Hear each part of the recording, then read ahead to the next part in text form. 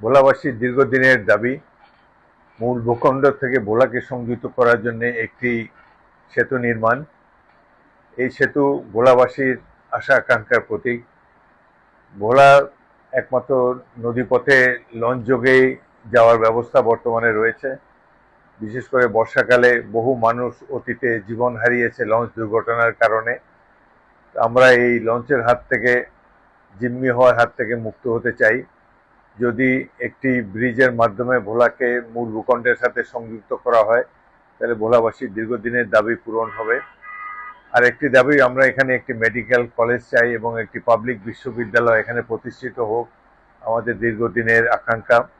ইতিমধ্যে ভোলার তরুণ সমাজ তারা ব্যতিক্রমী উদ্যোগ নিয়েছে। নদীর সাঁতরে তারা নদী পার হয়ে ঢাকা এসে উপস্থিত হয়েছে। পায়ে হেঁটে ভোলার দক্ষিণ অঞ্চল থেকে ঢাকা রাজধানী শহর পর্যন্ত পায়ে হেঁটে তারা এসেছে এই দাবিগুলোর প্রতি দেশবাসীর দৃষ্টি আকর্ষণ করার জন্য। এরা বর্তমানে এখনো তারা অনশনে রয়েছে। যে কোনো মুহূর্তে তাদের শারীরিক ক্ষতি হয়ে যেতে পারে।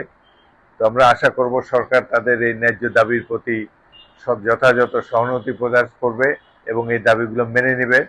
বর্তমান সরকারের সময় প্রায় শেষ, এখনো 3 মাস আছে। তারা ইচ্ছা করলে এখনো এই দাবিগুলো পূরণ করতে পারে।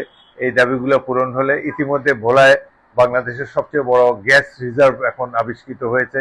এই গ্যাসগুলোকে আমরা নিজেরা ভোগ করতে চাই না, সারা দেশের লোক এর বেনিফিট এনজয় করুক, সেটা আমরা চাই। কিন্তু সাথে সাথে ভোলাবাসীর যে ন্যায্য দাবি রয়েছে, সেতু, বিশ্ববিদ্যালয় ইত্যাদি, এবং ভোলাকে একটি চমৎকার একটি পর্যটন নগরী হিসাবে গড়ে তোলা যেতে পারে। ভোলার বিভিন্ন উপজেলায় এবং দক্ষিণাঞ্চলে অনেক সুন্দর সুন্দর প্রাকৃতিক দৃশ্য রয়েছে।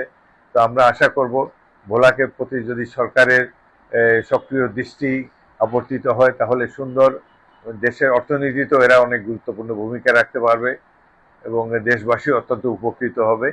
যারা অনশন করতেছে তাদের প্রতি শুভেচ্ছা রইল। সবাইকে ধন্যবাদ। Thank you.